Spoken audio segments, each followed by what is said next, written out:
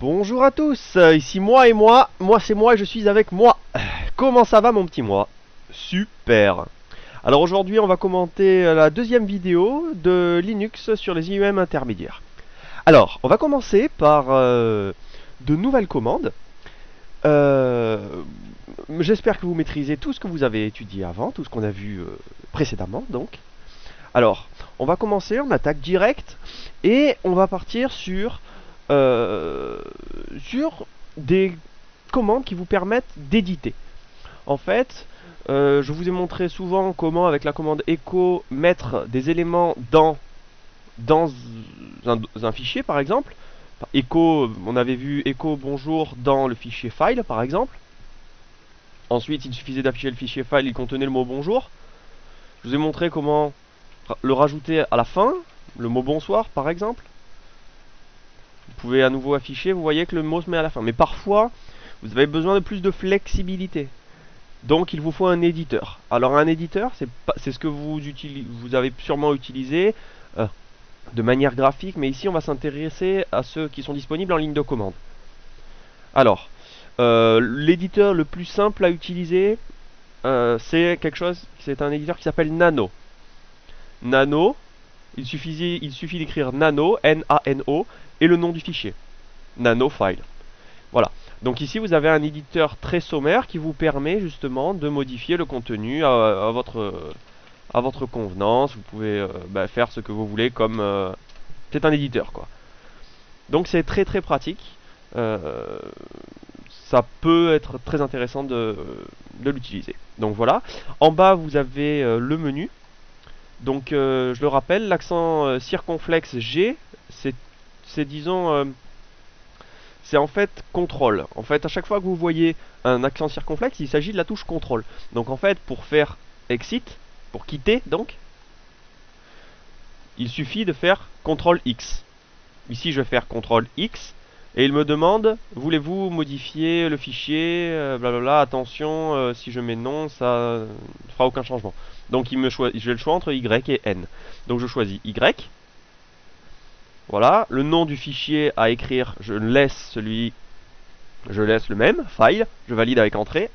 Et voilà, je suis revenu au prompt et vous voyez que les modifications ont été enregistrées avec succès. Donc voilà. Il y en a un autre qui s'appelle Pico. Alors je ne l'ai pas sur mon système, si. Si. Donc voilà, très similaire.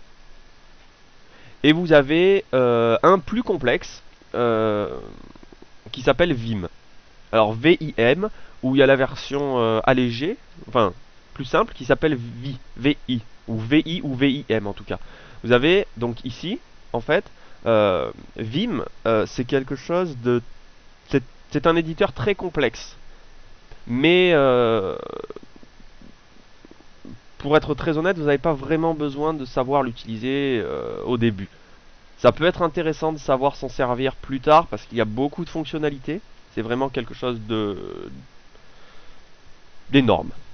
Mais par exemple, c'est très peu intuitif. C'est-à-dire que vous voyez, là, si j'essaie d'écrire... Ah, ça a fini par marcher. Mais en fait, ce qu'il faut faire, c'est appuyer sur la touche A, théoriquement. Et vous voyez en bas qu'il y a le mot insert qui est apparu. Regardez, j'appuie sur la touche échappe. J'appuie sur la touche P. Et vous voyez qu'il y a une erreur qui dit... voilà. Donc, bref. Donc, je ne peux pas écrire simplement. Vous voyez, j'ai appuyé sur la touche K, ça n'a rien fait. Il faut appuyer sur la touche A pour ensuite passer en mode insert. Vous voyez en bas, mode insertion opérationnelle. Donc, je peux écrire à ce moment-là. Et ensuite, il y a des commandes. Donc, c'est-à-dire, par exemple, si je veux enregistrer le fichier, il faut que je fasse échappe, W. D'accord? Donc, évidemment, c'est pas très intuitif. Pour quitter, échappe, Q, point d'exclamation. Ça veut dire quitter sans enregistrer. Bon, donc voilà, petite parenthèse. Je vais pas expliquer comment se servir de Vim. Je m'en sers d'ailleurs moi-même très très peu. Soit je travaille en interface graphique, parce que certes, les éditeurs sont très agréables en interface graphique, mais parfois vous travaillerez sur des systèmes où il n'y a tout simplement pas d'interface graphique, donc il sera indispensable d'utiliser Nano ou Pico, mais voilà, à l'occasion, si vous voulez apprendre comment se servir de Vim quelque part sur internet, vous êtes voilà.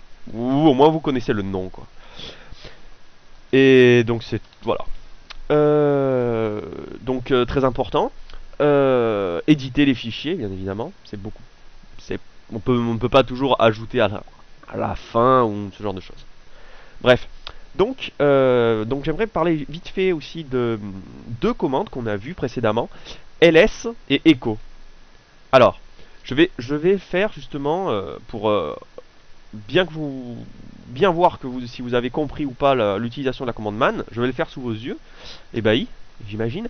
Ici vous voyez donc la commande echo, et ici, en fait, ce que je vais vouloir faire, ici vous avez donc le manuel, ce que je vais vouloir faire, c'est vous allez comprendre pourquoi, c'est pour, pour tout à l'heure. C'est-à-dire, j'aimerais pouvoir mettre des mises à la ligne dans echo. C'est-à-dire que si vous voulez afficher deux lignes avec la commande echo, d'une certaine manière, vous ne pouvez pas. Comme vous savez bien le faire. C'est-à-dire que...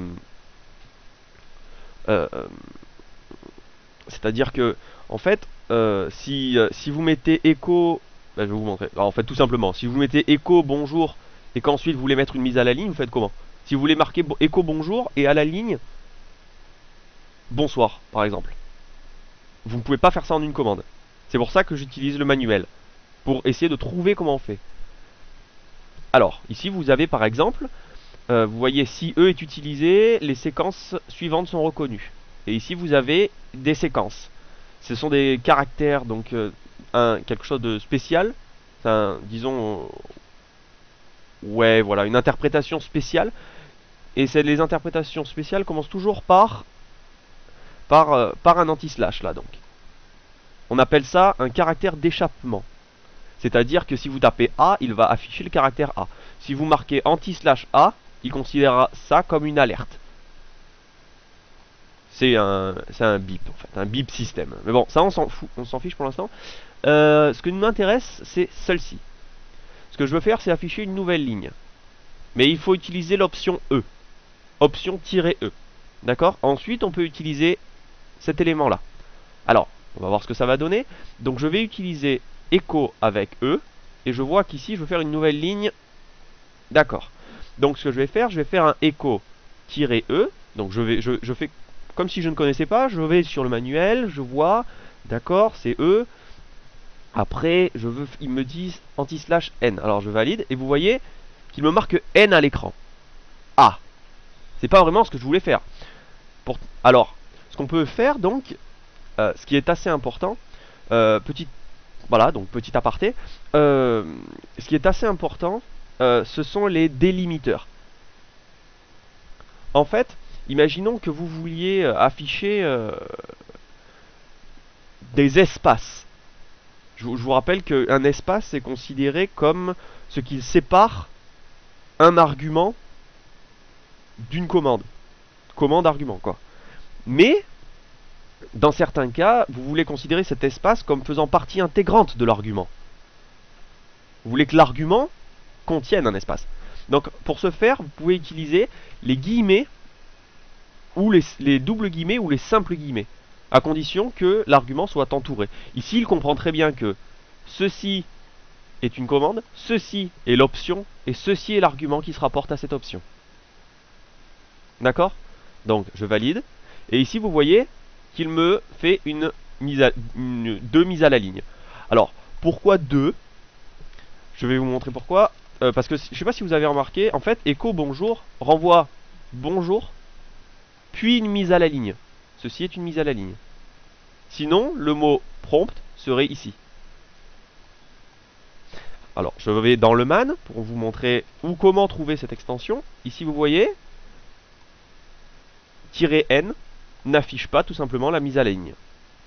Donc, je retourne avec les flèches du haut récupérer ma commande, ici, et je marque N. E-N. Alors, j'aurais pu écrire ceci. Ça aurait marché tout aussi bien. Mais je peux, disons, regrouper les options entre elles. Donc, je peux très bien écrire E-N de cette manière. Echo-E-N, ouvrez les guillemets, anti-slash N, fermez les guillemets. D'accord? Donc ceci permet d'afficher une mise à la ligne tout simplement. Et je peux enchaîner par exemple 2 mises à la ligne, 3 mises à la ligne, sans difficulté. Alors, pourquoi j'ai fait ça Alors, pour ceux qui font du C, n'ont pas dû être choqués par cet anti/n. Et sachez qu'il est très courant dans la plupart des langages de programmation. Voilà, donc anti/n, ça sera toujours une mise à la ligne. Donc vous pouvez retenir ça, parce que ça sera très souvent le cas. Voilà, quel que soit le langage dans lequel vous allez programmer ou quel système vous allez utiliser.